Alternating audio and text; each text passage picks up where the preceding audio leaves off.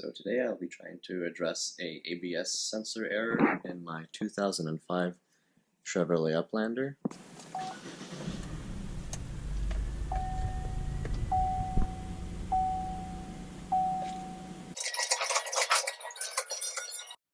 So I've got the Chevy up on some stilts here. What I'm going to try doing is seeing if I can't spot a break in the cable. Under here. Oh. So this here is the ABS cable. If I follow it back here, let's see.